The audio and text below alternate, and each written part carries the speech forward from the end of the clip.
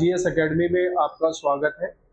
आज हम फिर एक नया सेगमेंट के साथ करंट अफेयर लेके आए हैं, जो आपकी जितनी भी प्रतियोगिता परीक्षाएं हैं उनके लिए महत्वपूर्ण रहने वाला है। क्योंकि यूपी में यूपीएसआई की वैकेंसी या जैसे अभी एसएससी का अभी धरना प्रदर्शन वगैरह है जो भी है, बट फाइनली जो है वैकेंसीज आएंगी, तो उस हिसाब से देखें तो करंट अफेयर बहुत महत्वपूर्ण रहने वाला है। ठीक है, तो फर्स्ट क्वेश्चन से देखते हैं। भारत के पहले सहकारी विश्वविद्यालय त्रिभुवन की आधारशिला किस राज्य में रखी गई? त्रिभुवन, ये त्रिभुवन जो है बेसिकली इसकी स्थापना रखी गई, हमारे पास ऑप्शन है राजस्थान, मध्य प्रदेश, गुजरात, महाराष्ट्र। तो हमारा जो आंसर इस पे जाता है वो गुजरात पे जाता है। ठीक है, ये त्रिभुवन जो सहकारी विश्वविद्यालय की स्थापना हुई है, ये बेसिकली केशुभाई के नाम पर हुई, ये शॉर्ट फॉर्म में है, केशुभाई के नाम पे हुई है। क्योंकि इन्होंने 1946 के लगभग सरदार वल्लभ भाई पटेल के साथ आंदोलन किया था, और इनको जो है बेसिकली अमूल का संस्थापक भी माना जाता है, अमूल का संस्थापक भी माना जाता है। ठीक है, क्योंकि जो सहकारी समिति है, अगर हम संविधान के तौर पे देखें तो ये इसमें 97वें संविधान संशोधन 2011 के तहत, ठीक है, इसको जो है मौलिक अधिकार की उसमें रखा गया 1C के तहत, यानी ये मौलिक अधिकार का जो है रूप इसको दे। तो हमारा पहला आंसर है, उसका आंसर है जो गुजरात। सेकंड देखते हैं, 17वां ब्रिक्स सम्मेलन किस देश में आयोजित हुआ? ये इंपॉर्टेंट है, काफी एग्जाम में आने की संभावना प्रबल है इसकी। अब रूस, भारत, चीन, ब्राजील। अभी हमारे जो प्रधानमंत्री हैं ब्राजील गए थे, ठीक है, वहां पर जो है इसका आयोजन हुआ, 17वां ब्रिक्स जो सम्मेलन है। अगर हम थोड़ा सा ब्रिक्स पे देखते हैं तो ये पहले ब्रिक था, यानी बी मतलब ब्राजील, आर मतलब रूस, आई मतलब इंडिया और सी मतलब चीन या चाइना। इसमें क्या हुआ कि 2010 में साउथ अफ्रीका की भी इसमें एंट्री हुई, ठीक है, और उसके बाद जो है ये ब्रिक्स बना। हाल ही में क्या हुआ, इसमें अभी और देशों की एंट्री हुई और 10 सदस्य देश जो है अभी फिलहाल इसके बने हैं, और 10वां जो है इंडोनेशिया को बनाया गया है। ठीक है, अगर हम ब्रिक्स की पहली बैठक की बात करते हैं, स्थापना तो वैसे इसकी 2001 में हुई थी, जिम ओ नील ने की थी, जिम ओ नील ने, ठीक है, और इसकी जो प्रथम बैठक जो है वो 2009 में रूस के येकातिनबर्ग में हुई, ठीक है, तो इसका आंसर ब्राजील।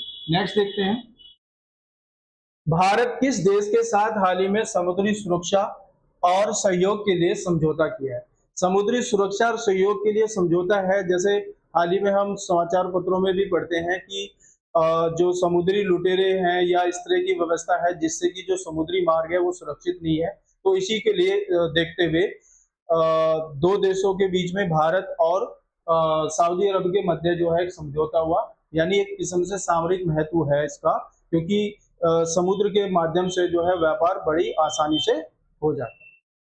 नेक्स्ट देखते हैं, भारत का पहला एआई आधारित सड़क सुरक्षा पायलट प्रोजेक्ट किस राज्य में शुरू हुआ? और ये जो है ये शुरुआत हुआ है उत्तर प्रदेश में।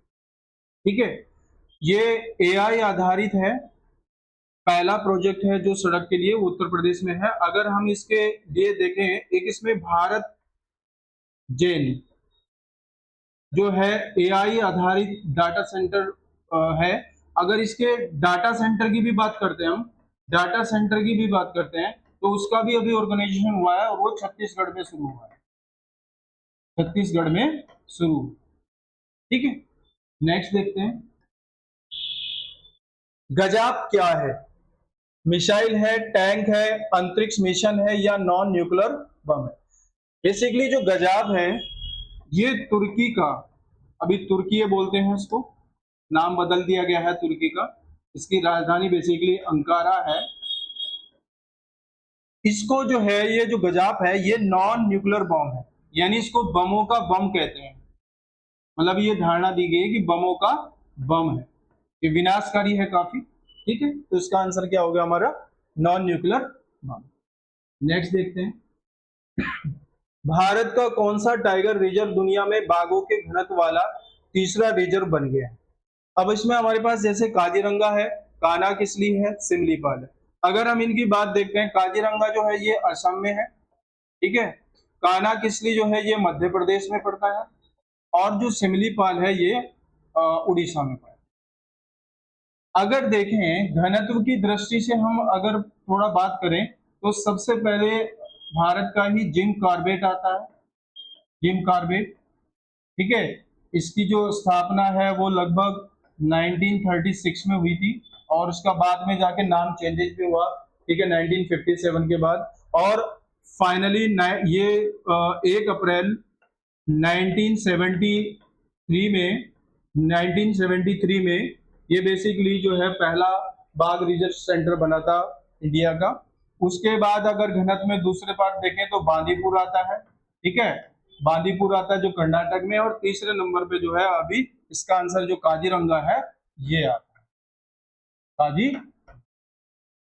ठीक है, नेक्स्ट देखते हैं, पीएम मोदी ने हाल ही में किसके सम्मान में स्मारक सिक्का जारी किया?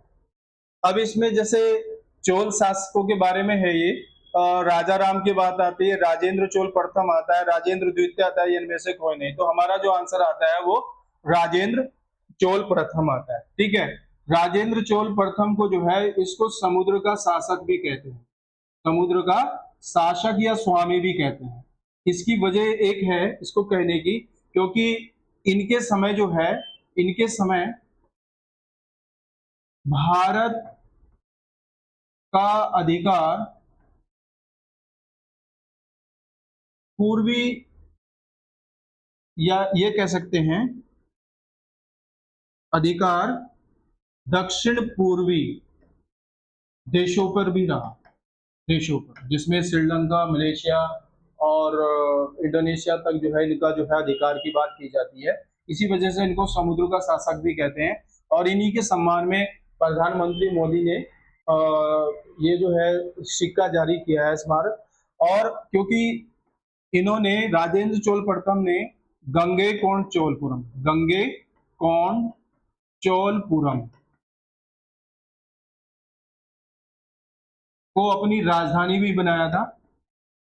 ठीक है, उत्तर भारत में विजय करने के उपलक्ष्य में, विजय करने के उपलक्ष्य।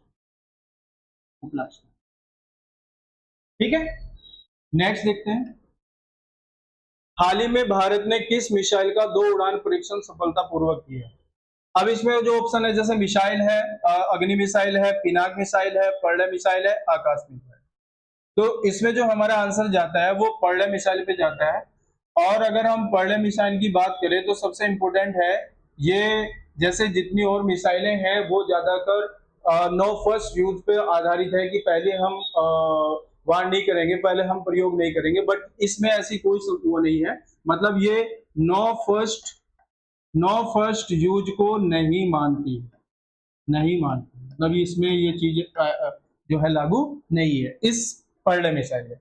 ये जो मिसाइल है ये सतह से सतह है, सतह से सतह है, और 15 से लगभग 150 से 500 किलोमीटर रेंज है इसकी।